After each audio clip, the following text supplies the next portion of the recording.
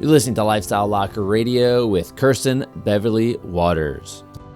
Hi, I'm Dr. Josh Hand, and I want to welcome you to Lifestyle Locker Radio. It is here where we talk all things lifestyle, from fitness to nutrition, peak performance to longevity, awesome relationships to inspirational stories. We take you on an amazing journey to all things life and lifestyle. Enjoy the ride. And for today's guest, if you want to learn more than they're going to tell you on this show, I urge you to scroll down, check out the show notes to get a detailed bio and everything you need to know about our guest today. We also encourage that you comment, review, and share this show if you are enjoying it from wherever and whenever you're listening. Lastly, we encourage you to check out all the links that we provide in the show notes. They are there for you, for your health, for your lifestyle. We ultimately want you to unleash your human potential. So dive into this episode. We'll see you on the inside.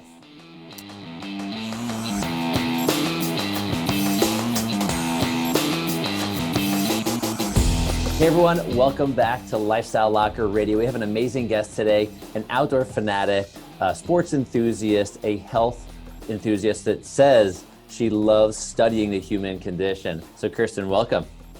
Thank you so much. It's great to be here. I'm excited to have you. I've been stalking you a little bit online and learning more about you. And I love people's stories. I love hearing what made people or makes people who they are. So just give our audience, your version of your bio, like what made you who you are today.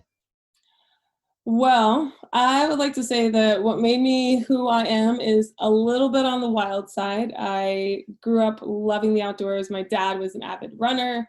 When I lost him very young, so I was just 7 years old, kind of threw myself into a whole new trajectory and really started to appreciate life, right? Like I saw how my mom rose to the occasion, and I became a little bit like Harriet the Spy, right? Except I didn't have like the cool book by Beverly Cleary to back it all up. And so I've grown to love learning about people, understanding everything from the mental side of it, studying meditation and yoga, and then bringing some of the science. I've worked as a paramedic, a researcher in emergency medicine and neurodiagnostic technician, and even teaching on a university level in exercise science and physical education. So I like to bring all these pieces together and help people turn their stories into, as you might say, a human-powered potential to allow them to really elevate their lives. So that's you in a nutshell. That's the condensed version. But now we're gonna dive right now. We're gonna start to figure all of these things out, because I know you have a new book coming out. That's coming out. That's going to be available on Amazon and in September. It's called The Struggle Guru. So with all of your teaching, with all of your learning and where you've been in the past to where you are now, what was the drive? What was the defining moment where you said, I need to put this on paper? And where did Struggle Guru come from? So spending almost 15 years in wellness, in health, I've had the blessing of coming across many different types of people who share their various struggles, right? Like their experiences and why they want to be healthier, why they want to be better people. And ultimately, we can look at supplements, we can look at nutrition, we can look at the best programs in the world, but there was always a piece missing that was helping people to sustain that lifestyle, right? To sustain that change. And the common denominator was the stories we tell ourselves. And so Struggle Guru actually examines the stories, the narrative we tell ourselves as a catalyst for changing our biology and ultimately changing the way we experience our well-being and our wellness.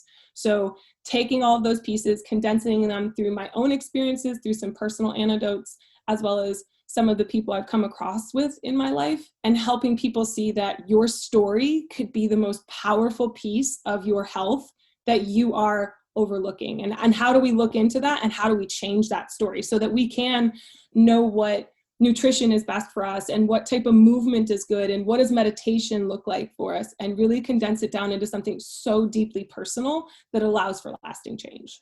That's interesting. So I love that concept of looking at your story. And, I love getting people's stories on this show. So for you, as you go through, I mean, I know you've had some struggle, a father dying at a very young, you're at a very young age for you. I'm sure that was one of the maybe struggles that you may even talk about in the book. What are some things that people can start to, look at when they're like, what's my story? What does that even mean? Yeah. So throughout the book, I pick some common areas, but start with the compass, right? Like, so people are pretty familiar, especially outdoors, Mhm. what a compass looks like. Very often we look at north, and our north people love to use as a very hashtaggy Mhm. social catchphrase as our true self. But our true self, our north, is always anchored by our south, which is our spiritual belief. So I tell people, rather than trying to look at like, oh my gosh, who am I? And just know immediately who we are and where we're going, look at what your belief system is. Like, what do you really believe? If somebody asked you, like, do you believe in God? Do you believe in science? Do you believe in nature? Do you believe in energy? Like, what is your belief system? That's your anchor. That's going to help direct who you are as a person.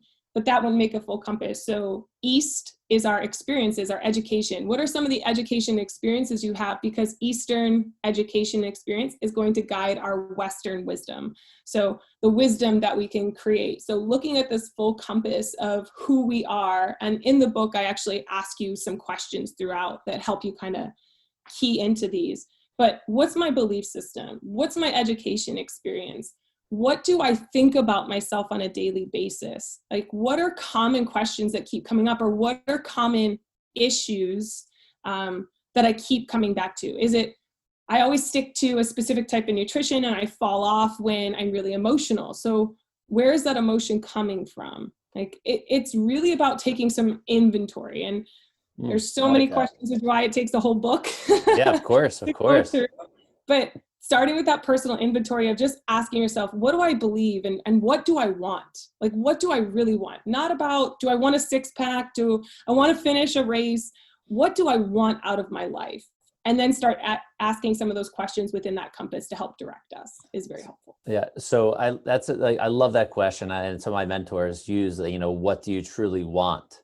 And it doesn't mean a physical thing, so to say. It doesn't mean like I want to have a physique or so on and so forth. Um, what what are some ways people can start to even just think or find out? Because we're in such a materialistic driven society.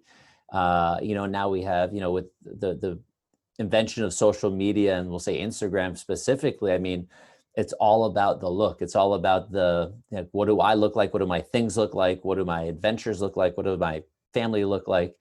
What are ways that people can maybe disconnect from that and figure, like, maybe just ask themselves the right questions? Because I think you're spot on with the book, but I think like the mental challenge people will have just getting the first question answered, right? Right. It's a good question. Uh, I think that the first question we have to identify for ourselves is still, what makes me happy? And when you do Mm. that, so a lot of people are like, oh well, a car, a better house, better paying job would make me happy. I want you to ask yourself about things you're doing currently in your life. So go through a list of what you have rather than going into the wishful what I want, and play, like, honestly, place your hand on your heart. And when I say, does leading a podcast make you happy? Like, do you get excited Oh about yeah. that? Or do you get nervous, anxious, uneasy? Mm.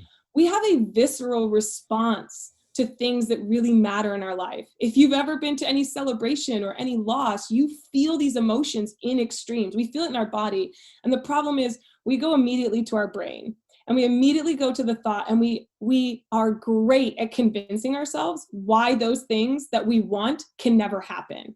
So rather than saying what can happen, what can't happen, what do I have, and how does that make me feel, and start there. And if there's category A that makes you really happy, we keep it. The category B, where it's like, I'm rationalizing, let's step aside from that and say, what could we insert there then that would make you happier? I mean, there's always the question, if you had $1 million and you couldn't fail, what would you do? Right? Hmm. Same sort of thing. But let's start with what we have, because I think we get a little too focused on what we want.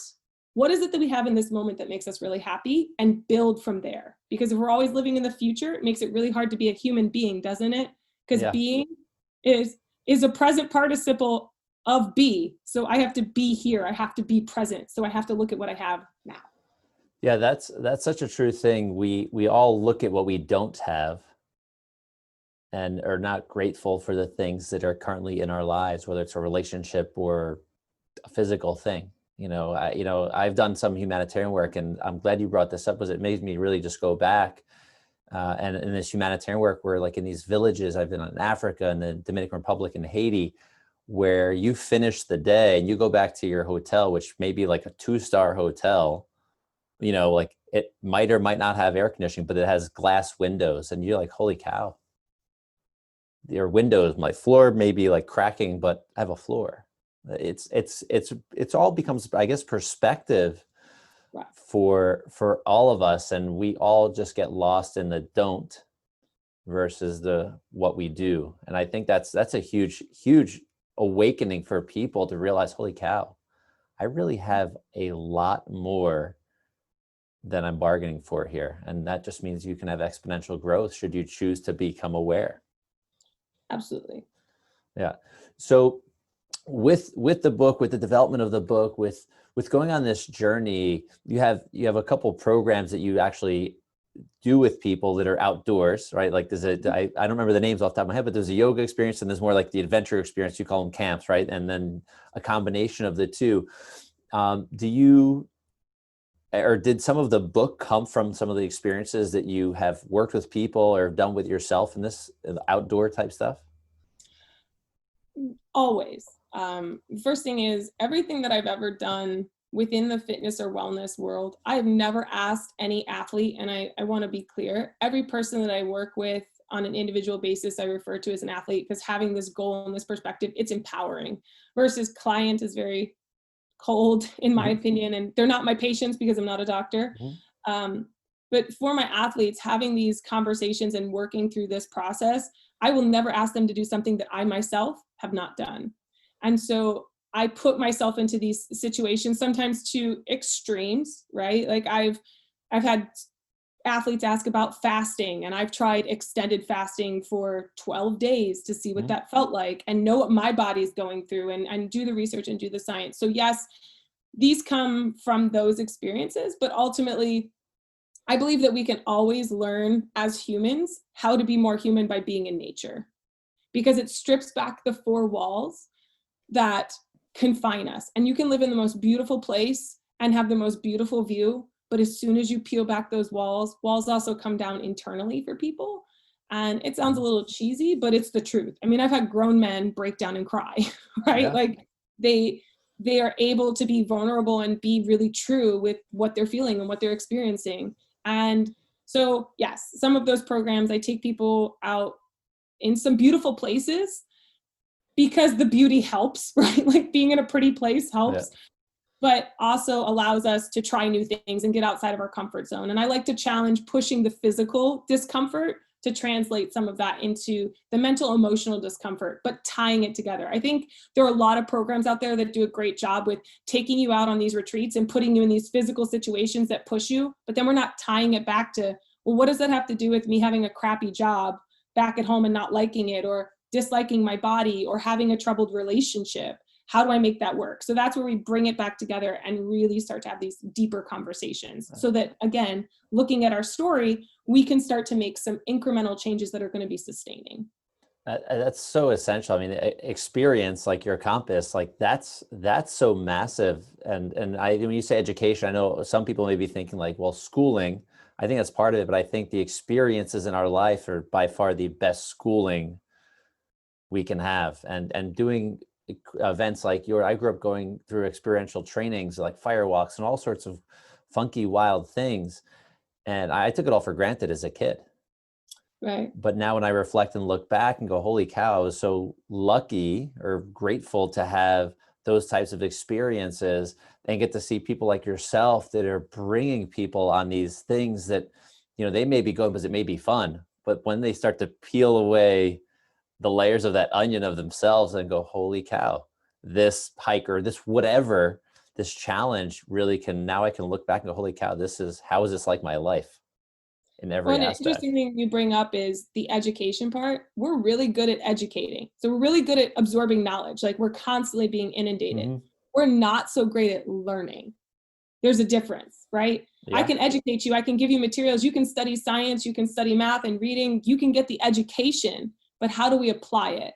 And that's the difference. And that's my hope through Struggle Guru is I don't want to just educate you. I don't want to share more facts and send science because there are literally billions of pieces of information that Oh, you could piece together. I want you to learn from the best teacher that exists, which is you, which is mm-hmm. why Struggle Guru is not me.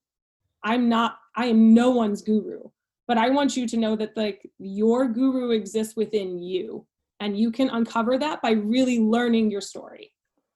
Yeah. And being okay with the story, I think is Absolutely. probably You don't have to essential. edit it and delete it. That's what I see. Like a lot of people, that's what social media does, right? Like we delete it, we crop it, we curate it instead of saying, honestly, this is me. I'm a hot mess, struggling every Yeah. day, and I still love myself and I can still be successful, but I have flaws.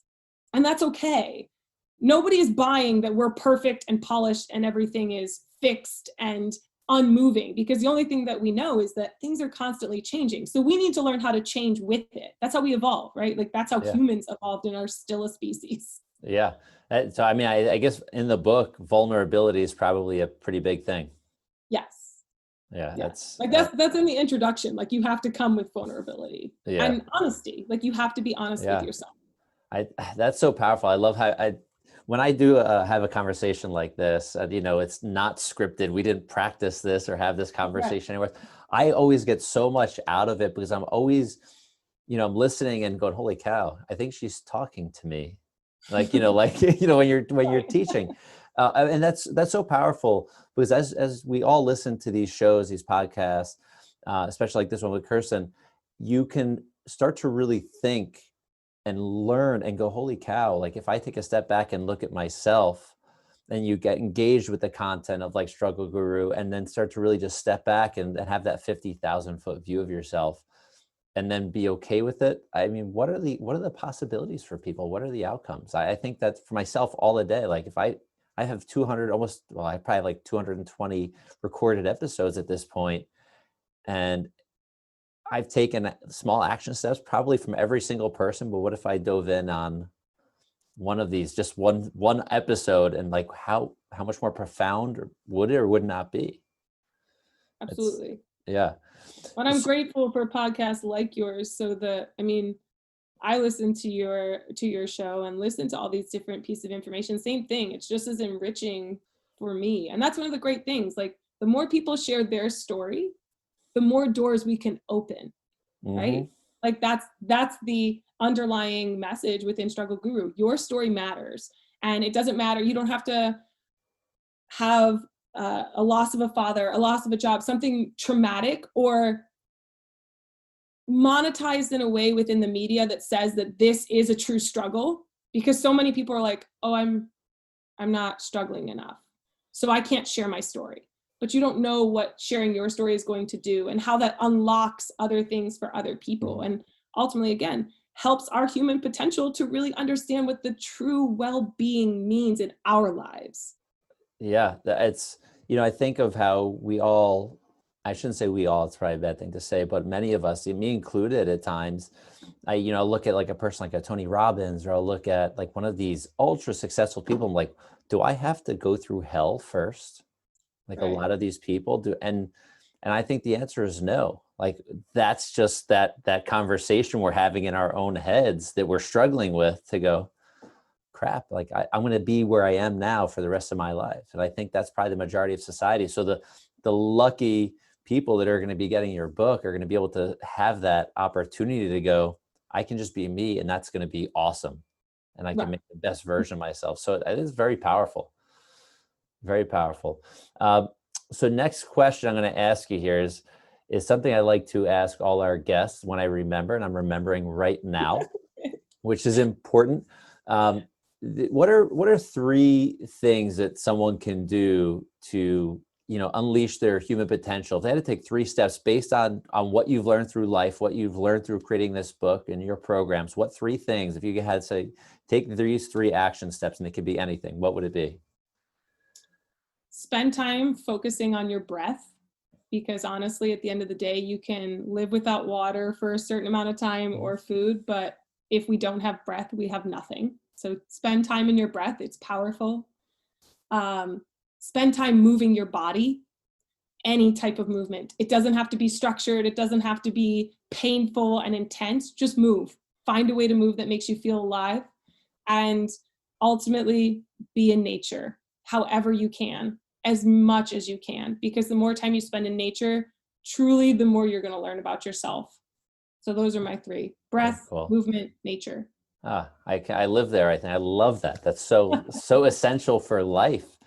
So thank you for sharing that. So do you have a plan, like in these upcoming year, end of 2020, 2021, what type of events you're going to be doing? Are you going to be doing more of the same? Is anything new coming out? Is there anything new in the works? Well, some things have changed just due to the climate of things. So going more virtual. In the end of August, we're going to start setting up the Struggle Guru book pre-orders, and with that, we're going to offer an online community class where you can actually work one-on-one with me to help find your story and be able to create a plan to really carry that out. And then we're going to do a virtual conference at the end of the year where I'm going to bring some various people together, some different experts. Maybe I'll be able to convince you to come along with me. I'm glad to help. So to come together and be able to do like this big opportunity as a conference for people to learn from different people, just like they do coming to this podcast, but like in one very condensed day where people can interact and come online. We'll be able to do chats. There's actually a really cool platform for it. So it allows people to interact live and also see those live engagements, but then also come back to videos if they can't do it as well. So we're gonna do a big like health virtual conference for people to explore their inner story and be able to influence their health and wellness. So that's where we're at this year. Next year, we'll probably get back out into some of the trips. We're looking at Machu Picchu. So cool. Getting back out there and then back out to British Columbia for some more adventuring. If you haven't been there, it's gorgeous. So there's so many beautiful places that we can explore. So hopefully we'll get to do a little more exploring, a little safer together with one another. Yeah. So that's so cool. I love that you bring exploration into this. You're just finishing up. I think that's to come full circle, exploring our own story, but being in nature and exploring nature opens things up. And there's a great book, an audiobook that I listened to that's making me think of you right now. I think it's called 3 Days in Nature. Yes. Okay. So just the profound changes, when you get into nature, what you're doing and helping expose and helping people expose themselves to themselves, right? Like figure themselves out. There's some really powerful things. And there's the neurology, this science behind what you're doing, like majorly important things. And I think as we move forward in time, we're going to be able to look back at your book and go, holy cow. And the events that you're doing, go, holy cow, she was ahead of the curve. Let's hope so. Yeah, I hope so. Because there's powerful things to be said. And you're hitting so many important points, because the headspace right now is the most important space to be in, and changing the physical body affects the mind space, changing your food, all of these things. So you are at the right place at the right time, doing the right thing. And I truly, truly believe that. So I want to thank you for sharing your story and sharing yourself and being vulnerable with us to help bring the world forward.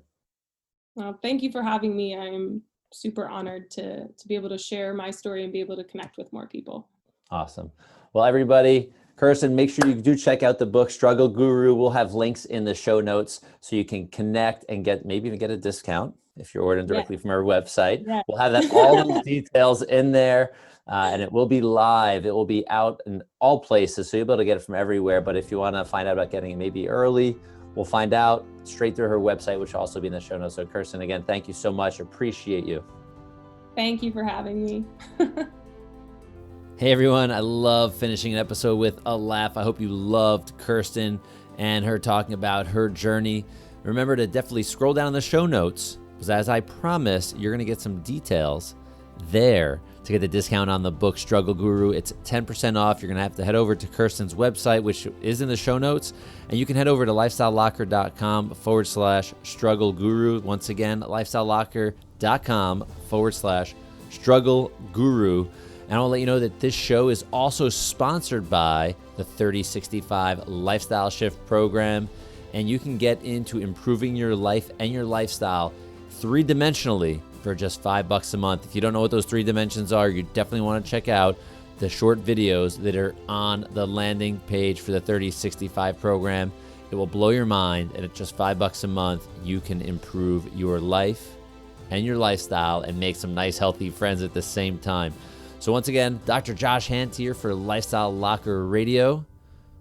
Peace out.